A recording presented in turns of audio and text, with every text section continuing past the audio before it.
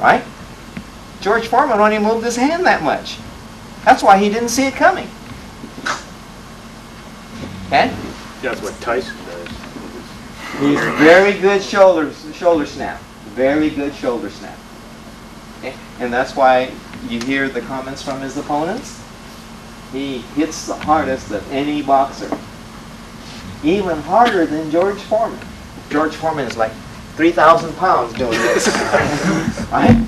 And that's why he hits so hard. He's strong. Okay? But Michael Tyson has good shoulder twists. So he tries with leg a lot.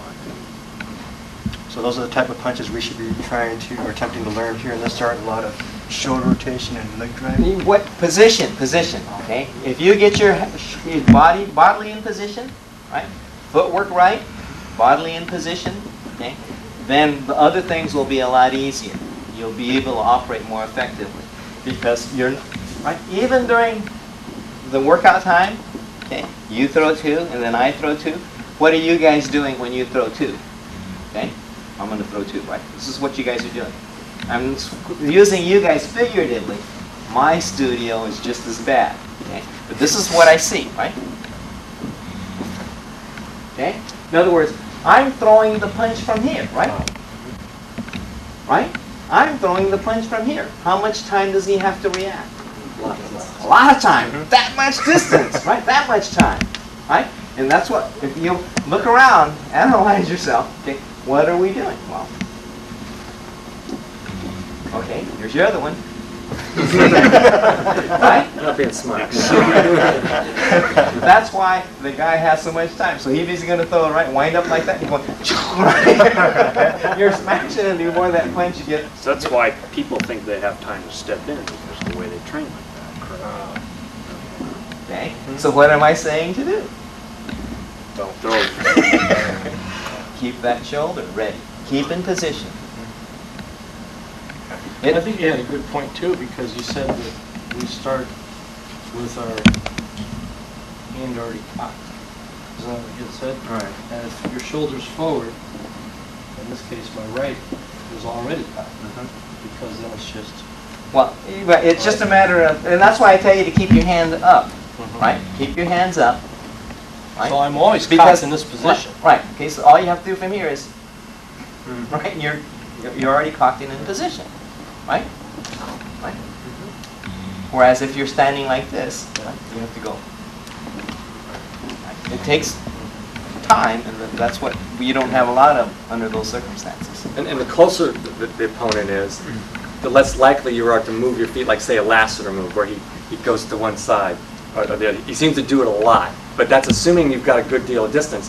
Because if we're at this distance, for me to do this is a little tough for me to have time. Speed.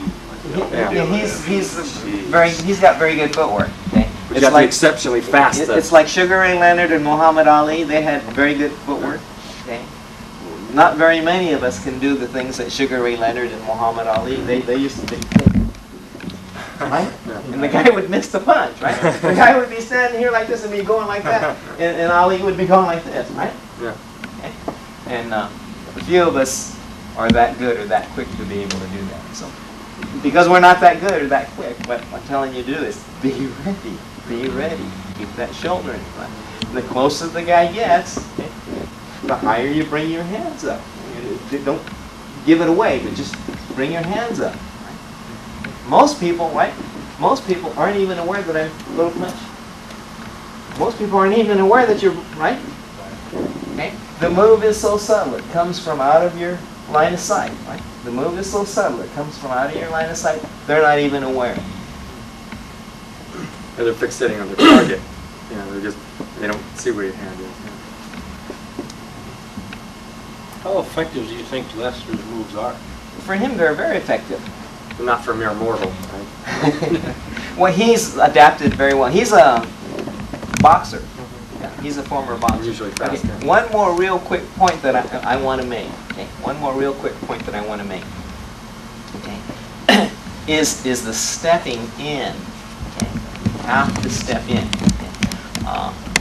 No matter whether you're roundhouse punching or roundhouse kicking. Most of the guys, when they roundhouse kick, I shouldn't. well, most of the guys, when they roundhouse kick, this is the way they react. Go the left hand punch. Right? You see them make the cross step. Right? And then they kick around. Okay? Right? You see them make the cross step. And then they kick around. Okay?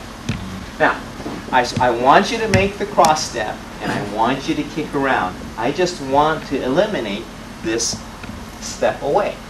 Right? Okay? Cross step. Kick around. Right? Time is distance, or distance is time. Right? So if you can cover the distance a lot quicker, right? Rather than going out of the way, kicking back in. Right? Here. Right?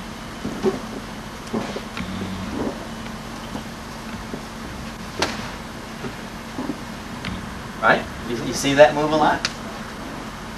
Yeah. Okay. Okay. All I did was what? Reversed my shoulders.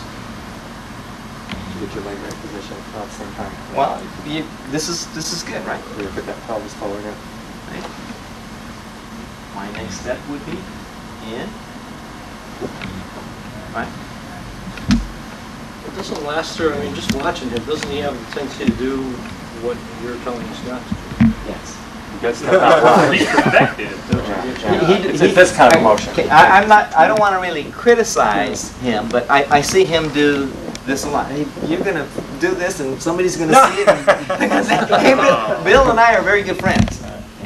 I've trained with Bill a long, long time. We're very, very good friends.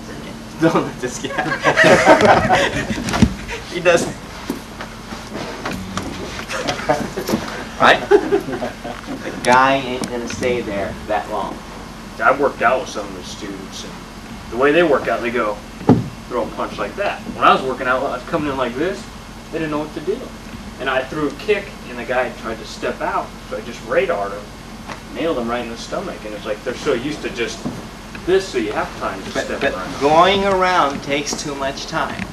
Right? It's too big of a circle. And your opponent's not stationary.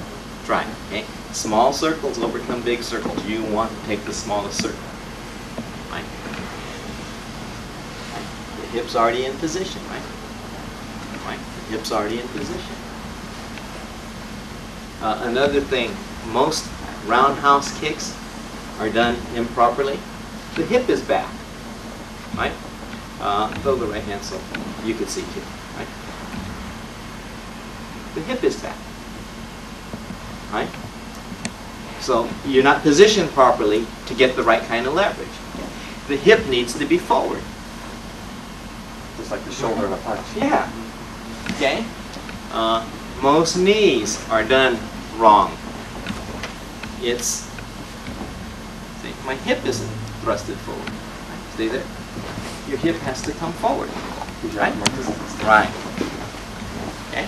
Right. Most of the knees are done like this. Right? You see the knee this way. The next move the guy makes is this. Right? Right? You're supposed to knee. Right? Right? Constantly keeping him off balance. Yeah. Within your position. The first couple months I was here, I started, in Taekwondo, I learned to do spinning back kick, and that's it being done. I started applying, said never do the spinning back kick. So It's very slow. Dangerous for the guy who's Yeah, executing. and you lose sight. Okay. Usually the defense against the spinning back kick, you make a back kick motion. That's when you get tagged. Right? Make a motion. Step in. It's such a slow move, right? That all you gotta do is move in.